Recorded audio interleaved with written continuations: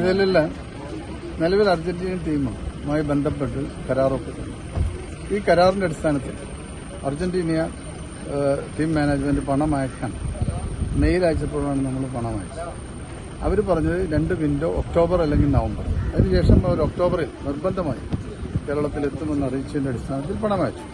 പക്ഷേ പണം സ്വീകരിച്ചതിന് ശേഷം അവർ പറഞ്ഞത് ഞങ്ങൾക്ക് 26-ൽ സ്വാഭാവികം നമുക്കത് കഴിയില്ല.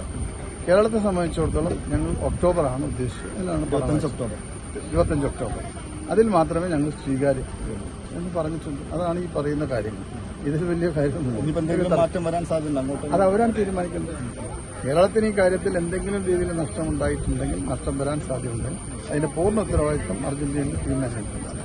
അത് വസൂലാക്കാനുള്ള നടപടി. നമ്മളിപ്പോൾ ഈ തുക അടച്ചല്ലോ, സ്പോൺസർഷിപ്പിൽ പൂർണ്ണമായും സ്പോൺസറാണ്. അത് തിരിച്ചു കിട്ടാനുള്ള സാധ്യത. ഇതിൽ സംസ്ഥാന ഗവൺമെന്റിന് യാതൊരു വിധത്തിലുള്ള സാമ്പത്തിക ബാധ്യതയില്ല. മറ്റൊന്ന്, ഈ പണം അടച്ചാൽ എങ്ങനെ നഷ്ടപ്പെടും?